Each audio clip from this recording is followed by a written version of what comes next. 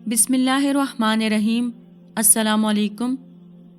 ملک شام کے اس پاکیزہ فطرت نوجوان کے دل میں یہ سوچ پیدا ہوئی کہ اگرچہ اللہ تعالیٰ کی وحدانیت اور اس کے رسول کی رسالت پر ایمان لانے اور ارکان اسلام پر عمل کرنے سے جنت مل سکتی ہے، لیکن اس طرح کے بار شریعت کو اٹھا کر جنت کی طرف سفر کرنا حسن کٹھن معاملہ ہے، اور کتنے سارے مسلمان ہیں جو اس بار شریعت کو اٹھا کر جنت کا طویل سفر طے نہیں کر پا رہے اور ہمت ہار کر فسق و فجور کی راہ پر چل رہے ہیں۔ لہٰذا کوئی ایسا عمل کیوں نہ اختیار کیا جائے جو عند اللہ قبول بھی ہو اور اس کے ذریعے جنت کی طرف جانے والا سالہ سال کا طویل سفر مہینوں میں اور مہینوں کا سفر ہفتوں میں اور ہفتوں کا سفر دنوں میں طے ہو جائے۔ تو اس کے جی میں آیا کہ جہاد فی سبیل اللہ ایک ایسا عمل ہے جو اللہ تعالیٰ کو بہت ہی پیارا ہے، اور زندگی بھر بلا ناغہ مسلسل نمازیں پڑھتے رہنا اور روزے رکھنا اس کے پل برابر نہیں ہو سکتا، اور اس کے ذریعے طویل سفر سمٹ سکتا ہے اور انسان بڑی آسانی کے ساتھ جنت میں داخل ہو جاتا ہے۔ چنانچہ اس نے یہ سوچ کر اپنی وفادار بیوی اور ننھے منھے بچوں کو والدین کے ہاں اللہ کے سپرد کیا، اور ہتھیار زیب تن کر کے گھوڑے پر سوار ہو گیا اور مسکر میں پہنچ گیا، اور وہاں سے محاذ جنگ پر جانے والے جہادی قافلے میں شریک ہو گیا۔ یہ جہادی قافلہ شام کے سرسبز کھیتوں اور ہرے بھرے باغوں، طویل نہروں اور وسیع و عریض مرغزاروں، ملک بوس پہاڑوں اور ان کے دامن میں بہتی ہوئی آبشاروں سے گزرتا ہوا فارس و خرسان کے محاذوں پر پہنچ گیا اور جنگوں میں مصروف ہو گیا۔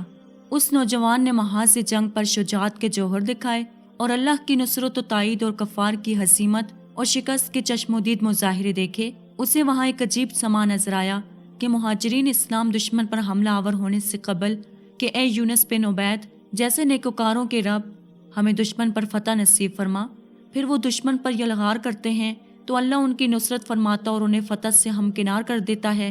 ان کے دل میں آیا کہ یونس بن عبید ایسا کون سا بزرگ ہے کہ اللہ تعالیٰ ان کے نام کی لاج رکھ لیتا ہے اور مسلمانوں کو فتح عطا فرماتا ہے۔ اچھا، اگر اللہ نے شہادت عطا فرمائی تو اس کی زیارت کی تگ و دو ضرور کروں گا۔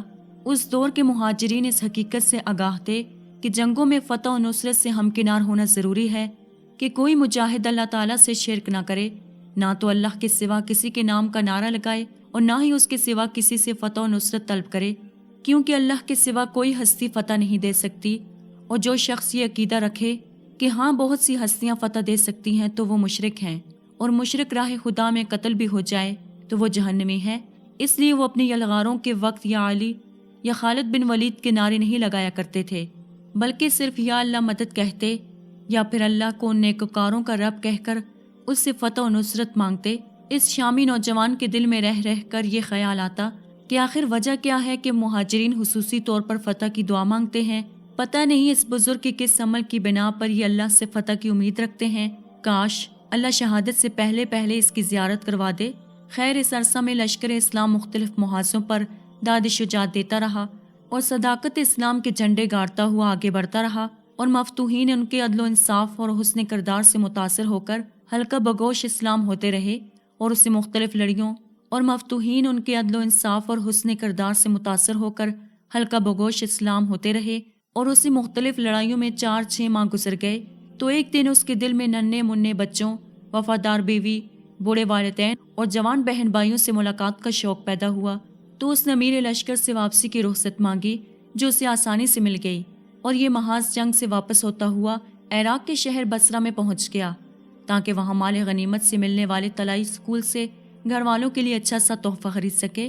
اس نے سوچا کہ عورتیں پھولدار ریشمی ملبوسات کی دلدادہ اور شائق ہوتی ہیں، اس لیے بصرہ کے بازار سے ریشمی تھان خرید لینا چاہیے۔ چنانچہ یہ تحفہ خریدنے کے ارادے سے بصرہ کے بازاروں میں گھومنے لگا۔ بازاروں میں بڑی چہل پہل اور رونق تھی۔ یہ گھومتا پھرتا ہوا ایک دکان کے سامنے جا کھڑا ہوا۔ اس دکان کا مالک اپنے بھتیجے کو دکان پر بٹھا کر نماز باجماعت ادا کرنے کے لیے مسجد کی طرف جا رہا تھا۔ یہ اس دکان میں داخل ہو گیا اور رنگا رنگ کے تھان دیکھنے لگا۔ ان تھانوں میں سے ایک ریشمی تھان اس سے بہت پسند آیا۔ اس نے بچے سے اس کی قیمت پوچھی تو اس نے 400 درہم بتائی۔ اس نے فوراً 400 درہم ادا کر دیے اور تھان لے کر خوشی سے جھومتا ہوا بازار میں چلنے لگا تاکہ کچھ دیر تحائف خرید کر اپنے ملک کی طرف عازم سفر ہو۔ اسے خوشی اس بات کی تھی کہ وہ ملک شام میں فروخت ہونے والے ریشمی تھانوں کے مقابلے میں 100 درہم سستا تھان خرید کر لے جا رہا تھا۔ اسی دوران اس کا گزر ایک مسجد کے دروازے پر ہوا۔ مسجد میں جماعت ہو چکی تھی اور لوگ بقیہ نوافل ادا کر کے دکانوں کی طرف جا رہے تھے۔ ان میں سے ایک آدمی اس شامی نوجوان کے پاس آیا اور اس سے پوچھنے لگا، نوجوان، یہ ریشمی تھان کون سی دکان سے خرید کر لے جا رہے ہو؟ جی، بازار کی فلاں دکان سے خرید کر لے جا رہا ہوں۔ یہ تھان کتنے میں خریدا ہے؟ 400 درہموں میں خریدا ہے۔ آپ یہ سوٹ مہنگا خرید کر لے جا رہے ہیں، یہ تھان اتنا قیمتی تو نہیں ہے؟ نہیں جناب، یہ مہنگا نہیں بلکہ پورے 100 درہم سستا ہے۔ ہمارے بازاروں میں یہ 500 درہموں سے کم نہیں ملتا اور میں تو 400 درہموں میں خرید کر لے جا رہا ہوں۔ نہ میرے برادر، اگر تو نے یہ تھان اسی دکان سے خریدا ہے تو یہ 400 درہم کا نہیں ہے۔ میرے ساتھ چل تاکہ اس کی زائد قیمت لٹائی جا سکے۔ نہ صاحب، میں واپس نہیں جاؤں گا۔ میں نے یہ تھان اپنی رضامندی سے مناسب قیمتوں میں خریدا ہے اور بیچنے والا کوئی نادان بچہ نہیں ہے کہ اس نے مجھے 100 درہم سستا فروخت کر دیا ہو۔ میرے برادر، تو میرا مسلمان بھائی ہے اور مجھے تیری خیر خواہی مطلوب ہے۔ میں تیرا بھلا چاہتا ہوں اور وہ دکان میری ہے اور جس سے تو نے تھان خریدا ہے وہ میرا بھتیجا ہے۔ میں کوئی بہانہ کر کے تجھ کو واپس دکان پر نہیں لے جا رہا کہ وہاں جا کر 1.5 یا اس سے زائد درہم وصول کروں یا تھان واپس لے لوں۔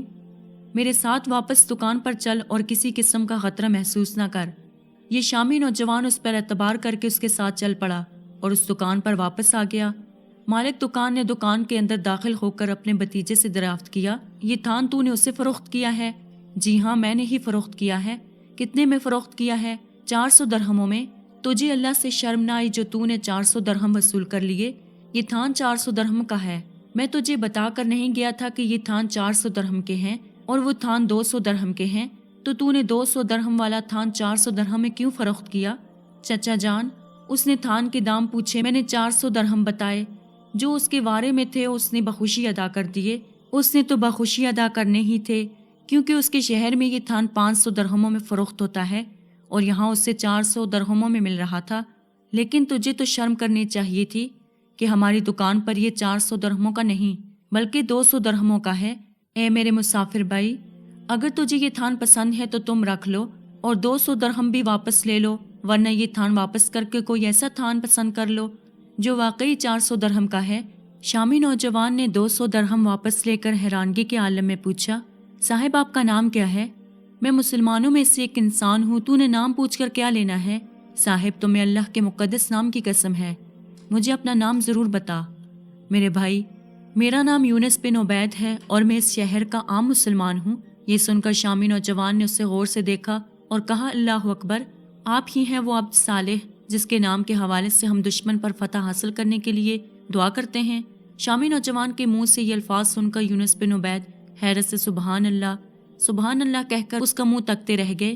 یہ تھے یونس بن عبید کے مقرب بندے جو نہ تو کسی پیر کے دست سے حق پرست پر بیعت تھے، نہ کسی کے خلیفہ مجاز، نہ تو کسی گدی کے سجادہ نشین تھے، نہ کسی درگاہ کے مجاور، نہ اس کی سر پر امامہ ہوتا تھا، نہ گلے میں موٹے موٹے دانوں والی مالا۔